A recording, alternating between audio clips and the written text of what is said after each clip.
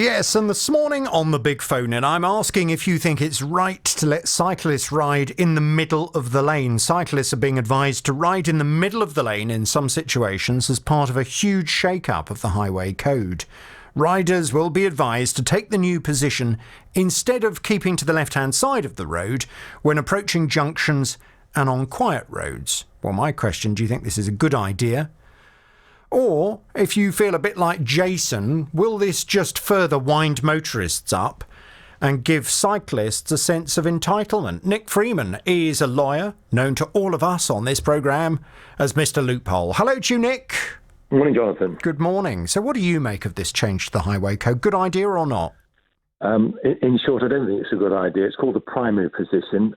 Cyclists can already take the primary position if they want. And what the new provision says is you take the primary position, you're advised to do so if it's a 20 mile an hour speed limit. But when vehicles come up behind you, you then move over to the near side.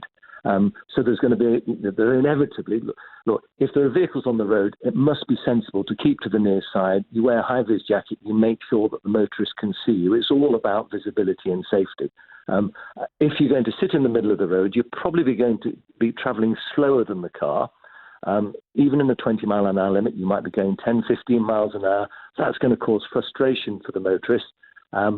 If you're staying on the near side, the motorist should be able to pass you. Go towards the target speed limit and get on with his day. There's no reason why a motorist needs to stay behind a cyclist. And I think it's going to provide the cyclists with that extra sense of entitlement and security. And they're going to say, well, look, the highway code suggests this. It's advisory, of course, and this is what I'm going to do. And I'm afraid you're just going to have to be patient. I don't think that many motorists are patient with cyclists at the moment. What we need to do is we need to change the music. We need to provide a harmonious situation so that we all respect each other and work together.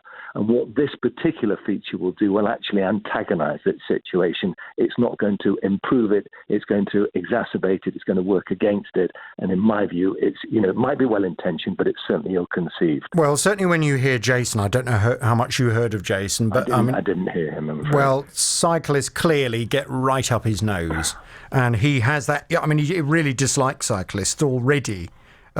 So with somebody like him, if he's to come up behind a cyclist sitting in the middle of the lane, I presume that's exactly what you mean when you say this is going to antagonise people. Well, I didn't hear him. If one of your listeners says, I hate cyclists, with respect, I think that's a myopic view. What he does is he hates bad cyclists. He can't hate all cyclists. He says they're all bad.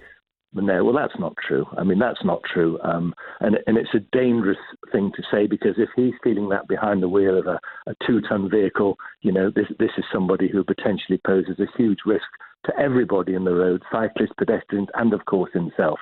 So, he possibly needs to rethink that attitude, because that's not healthy. You cannot drive any vehicle while you are angry, because something untoward will happen. This should never be a war. We've got limited space. Cyclists are going to increase. Motorists are probably going to be reduced. So we need to work out sensibly how it works for everybody. And what I'm saying is this particular aspect of the highway code, I think, will cause problems.